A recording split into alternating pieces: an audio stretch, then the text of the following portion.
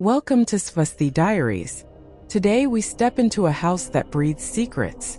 It is the 5th wedding anniversary of Nick and Amy Dunne, a day meant for celebration. Yet the living room of their North Carthage home tells a different story. The air feels heavy, stagnant, as if time itself held its breath when Amy vanished.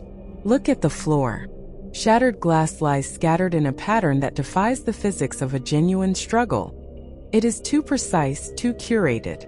Nick stands in the center of this wreckage, his expression a mask of confusion that doesn't quite reach his eyes. He is the protagonist of a tragedy he claims he didn't write. The police are already here, their heavy boots marking the carpet, their flashlights cutting through the dim evening light. They are looking for a body, a sign, a reason, but all they find is a stage set for a performance of domestic ruin. Every detail, from the overturned chair to the faint metallic scent of something missing, suggests that Amy didn't just walk away. She orchestrated her own erasure. And Nick? He is the man left standing in the debris, unaware that the trap he is currently walking into was built years ago. This isn't just a disappearance. It is a masterpiece of deception, and we are just beginning to peel back the layers of this beautiful, broken nightmare. Observe Nick Dunne. He is the portrait of a man who is not quite grieving. The way his shoulders slump, the way he avoids the direct gaze of the officers, it is all too rehearsed. Detective Rhonda Boney watches him, her eyes tracing the lines of his face, searching for a tremor of real terror.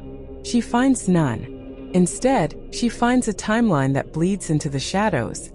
A gap of 2 hours that Nick describes with the hollow certainty of a script memorized in haste. Why does the husband always look guilty? Is it the weight of the secret he keeps? Or is he simply playing the role he knows the world expects of him? The living room is cold, yet he is sweating.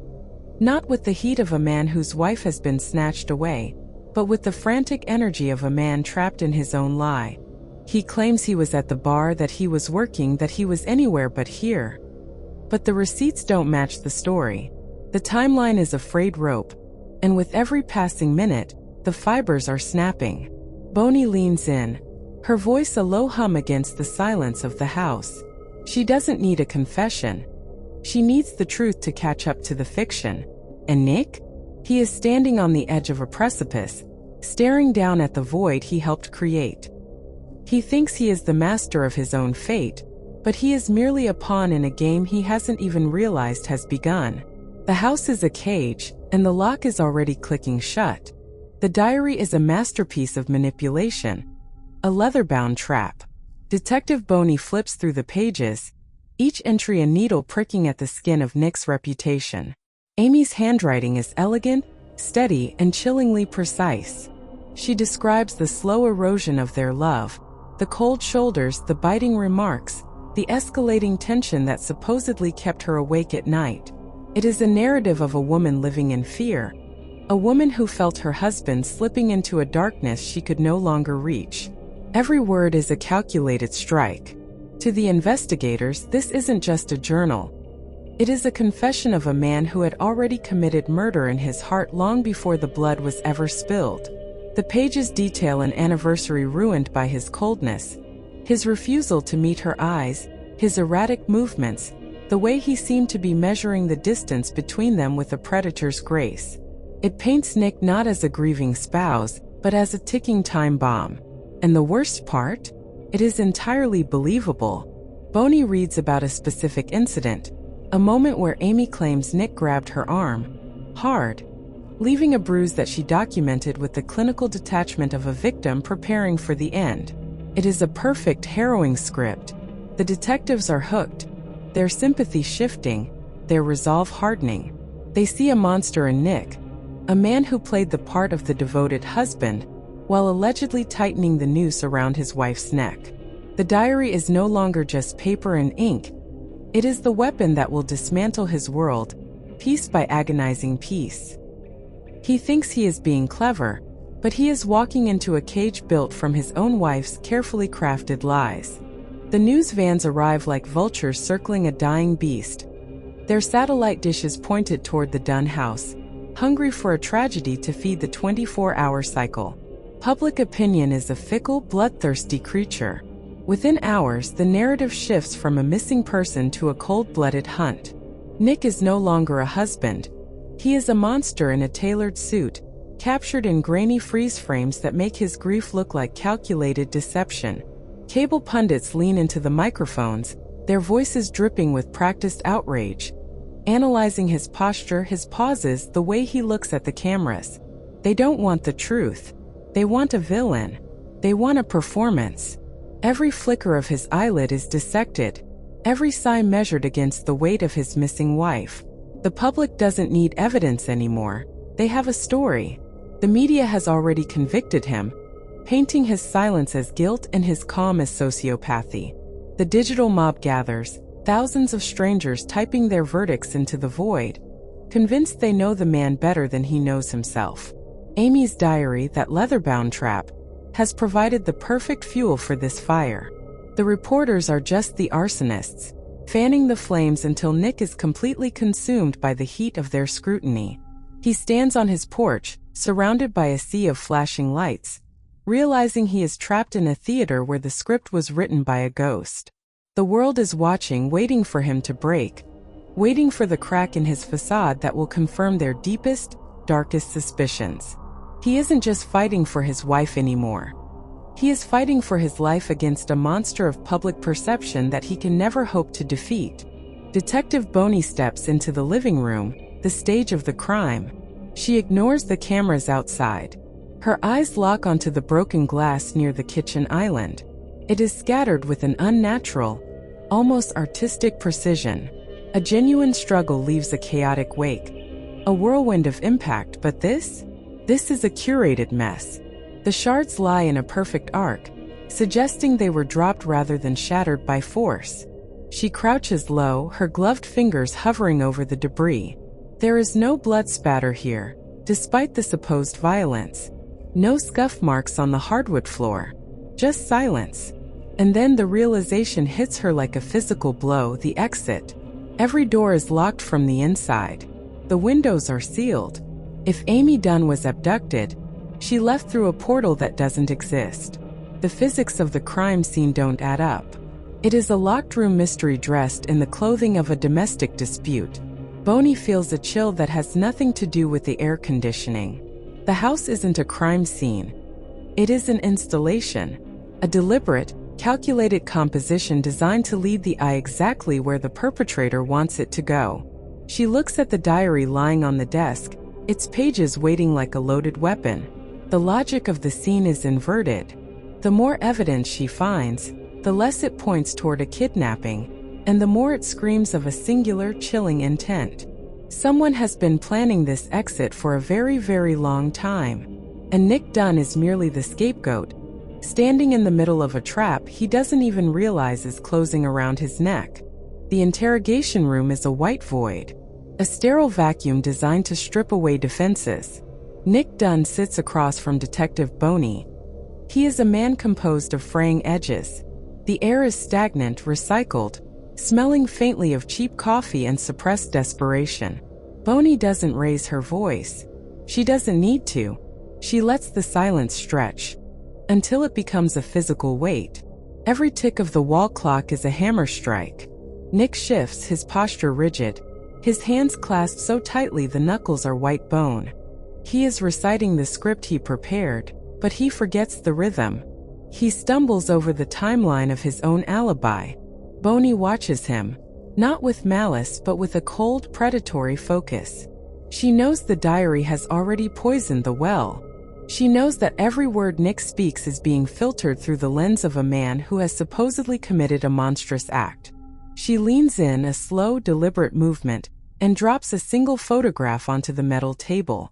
It is a snapshot of the glass shards, the precise artistic arc. She says nothing. She just waits. She is testing his reaction to the impossible geometry of the scene. Nick looks down, his breath hitching in his chest. His eyes dart toward the corner, searching for an exit that isn't there. He is trapped in a narrative he didn't write, playing a role he doesn't understand. The pressure cooker is reaching its peak. One more question, one more nudge, and the fragile facade he is clinging to will shatter into 1,000 jagged pieces, just like the glass in his living room. The diary is a masterpiece of fiction, a poison chalice. For weeks, we have been drinking its contents, blinded by the elegance of Amy's prose. But look closer. The timeline, the emotional cadence, it is too perfect. It is not a record of a life. It is a script for a stage play. Nick is not just a suspect. He is an audience member trapped in a long-con performance art piece. The broken glass in the living room, it wasn't a struggle. It was a curation. Amy didn't just disappear. She directed her own vanishing. Every tear she shed in those pages was calculated for maximum impact. The detective, Boney, senses the shift. The moment the evidence stops feeling like a story and starts feeling like a trap. The diary isn't revealing the truth. It is building a cage. And Nick?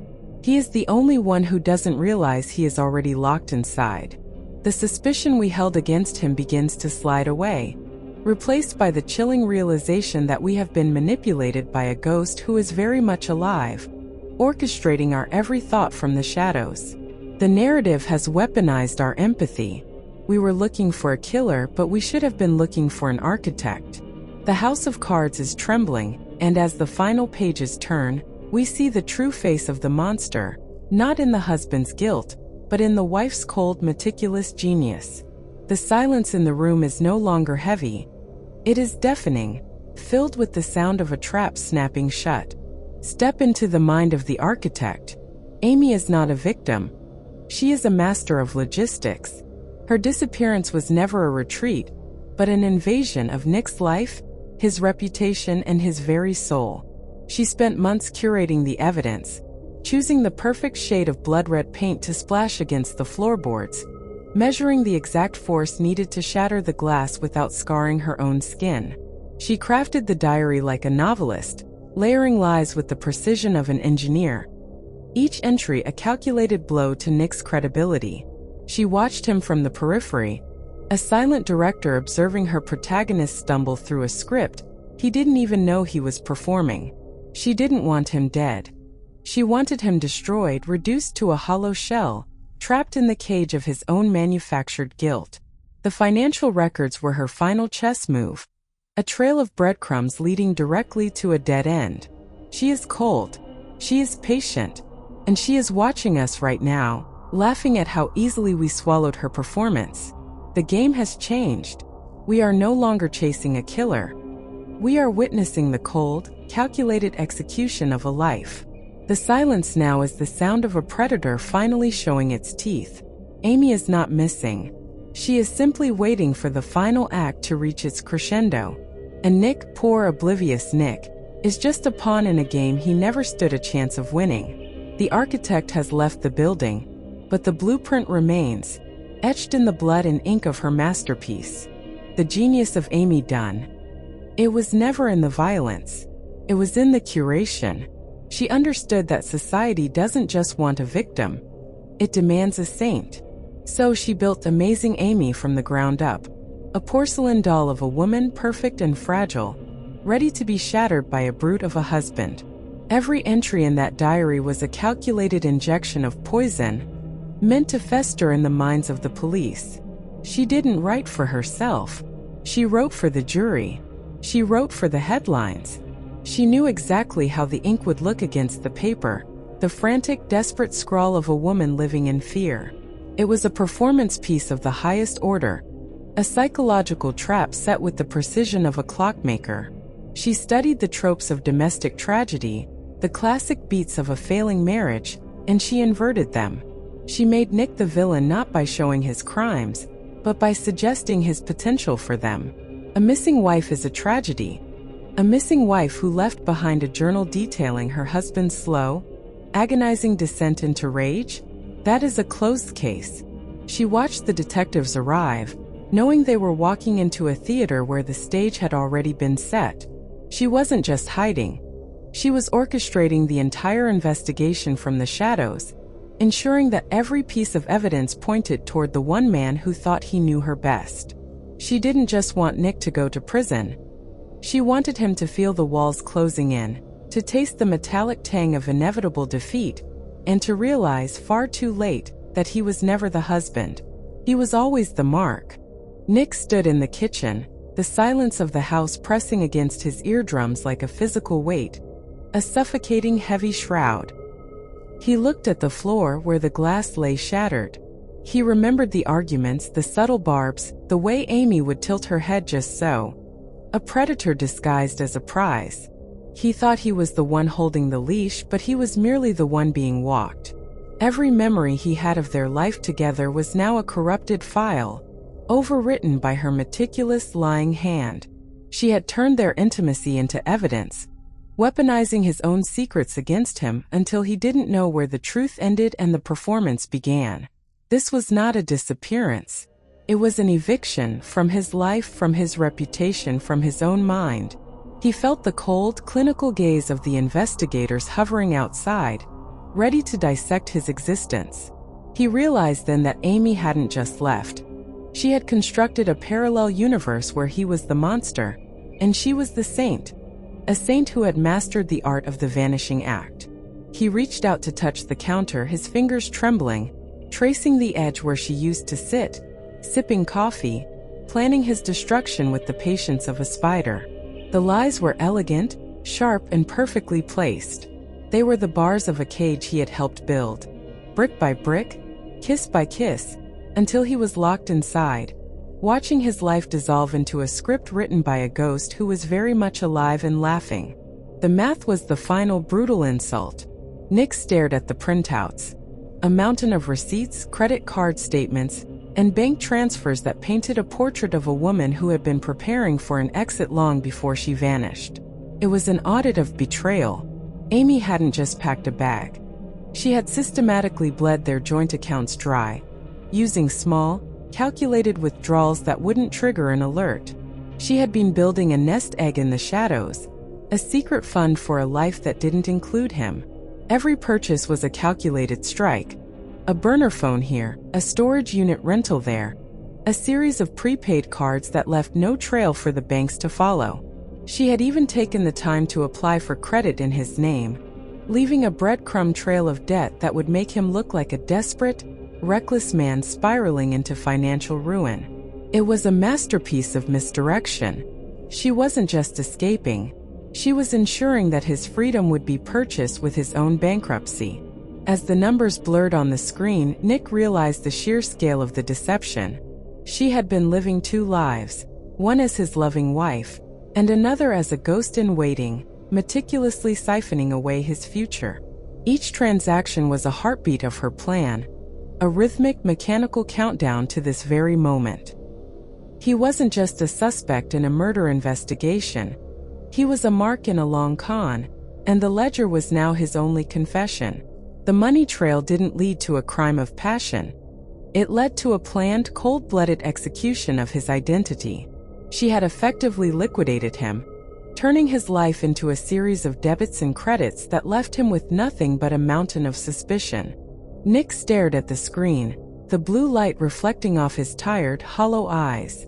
The realization hit him like a physical blow. He was not just a grieving husband, he was a prisoner of her design. Amy had not left a trail, she had built a labyrinth. Every piece of evidence, every broken glass shard, every diary entry. It was all a script, and he was being forced to play the villain. He could feel the walls closing in, the relentless pressure of the investigation tightening like a noose. Detective Boney was closing the gap, and he was the only one who could see the invisible thread she had pulled. He stood up, pacing the small, claustrophobic office. His breath hitched. He had to stop being the target and start being the detective. He needed to retrace her steps, not through the official file, but through the chaos she had meticulously orchestrated. He grabbed his coat, his hands trembling as he shoved his phone into his pocket. He was done waiting for the truth to be found. He was going to hunt it down. Every shadow in their home now felt like a taunt, a reminder of the woman he thought he knew. She was out there watching, waiting for him to crumble under the weight of her elaborate setup. But she had made one mistake. She had underestimated his instinct for survival. He would pull the threads until the entire tapestry unraveled. He walked out into the cold, midnight air, the silence of the street mocking his frantic pulse. The game had changed. He wasn't playing to win anymore. He was playing to survive the masterpiece of his own destruction. The door creaked, a sound like a bone snapping in the stillness. Nick stood in the threshold, his pulse drumming against his ribs like a trapped bird. There she was, Amy. She didn't look like a victim. She looked like an architect admiring a ruin. The room was bathed in the sickly, clinical glow of a single overhead lamp, casting long, jagged shadows across the floorboards. She turned slowly. Her eyes weren't filled with fear, but with a terrifying, hollow clarity. She held a glass of red wine, her fingers steady as stone. The silence between them was a physical weight, a suffocating blanket of years of deceit. He had come here to save himself, to tear down the web she had spun, but looking at her, he realized the truth. He wasn't the hunter. He had never been the hunter. He was merely a piece on her board, moved with surgical precision into the final square. She took a slow sip, her expression unreadable, mocking his confusion. Every step he had taken to find her had only brought him deeper into her trap. He felt the cold iron of reality settle into his gut. She had built this moment for months, a sanctuary of lies where she was the goddess and he was the sacrifice. The air tasted of dust and expensive perfume. He reached out, a single hand trembling toward the table, but stopped. If he touched her, he was lost. If he walked away, he was dead. The choice was a razor blade, and he was already bleeding. She smiled then, a thin, brittle line of triumph that shattered the remaining fragments of his sanity. The game was over. The checkmate was absolute. They sit in the quiet aftermath of a war that never truly ended. A stalemate written in blood and ink. Why stay? Why breathe the same recycled air of a house that once felt like a grave? It is not love. Love was the first casualty of this cold, calculated performance. It is a terrifying mutual recognition. She knows his darkness, the infidelity, the resentment, the pathetic urge to be perceived as a hero. He knows her abyss, the grand design, the staged evidence, the chilling capacity for total destruction. They are two monsters who have finally found the only person in the world who can tolerate the sight of them. The truth is a cage, but it is a cage they have built together. If he leaves, she destroys him with the secrets she keeps in her diary, the final lethal page yet to be turned. If she leaves, he exposes the theater of her return. So they compromise. They curate a life for the cameras, a picture-perfect prison for the public eye. They share meals that taste like ash and beds that feel like battlefields. It is the ultimate survival strategy. Keep your enemy close enough to watch them, and far enough away that their touch doesn't burn. The mask is fixed now. It is fused to their skin. They will walk out that door, hold hands for the neighbors, and pretend they are not the architects of their own mutual ruin. In this house, silence is the only currency that matters. And here, in the dim light of their shared deception, they are finally horribly free. They are the architects of a hollowed-out existence, prisoners of their own design. Love, once a vibrant pulse, has been reduced to a forensic study of control.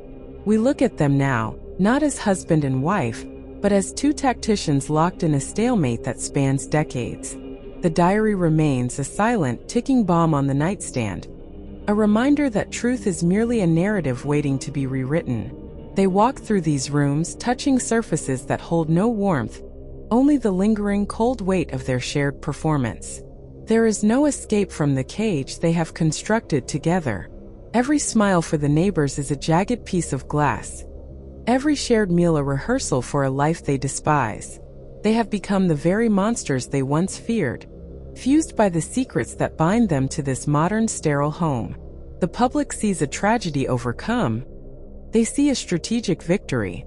It is the ultimate crime, not the one that started this, but the one they continue to commit every single morning they wake up beside each other. The mask is now their reality. Their ruin is complete, and yet they remain side by side, in the quiet, suffocating dark. If you find yourself drawn to the shadows where the truth hides, remember, not every mystery ends with a confession. Some end with a pact. Thank you for walking through the dark with me. If this story touched the cold edge of your curiosity, subscribe to Swasti Diaries for more deep dives into the human abyss.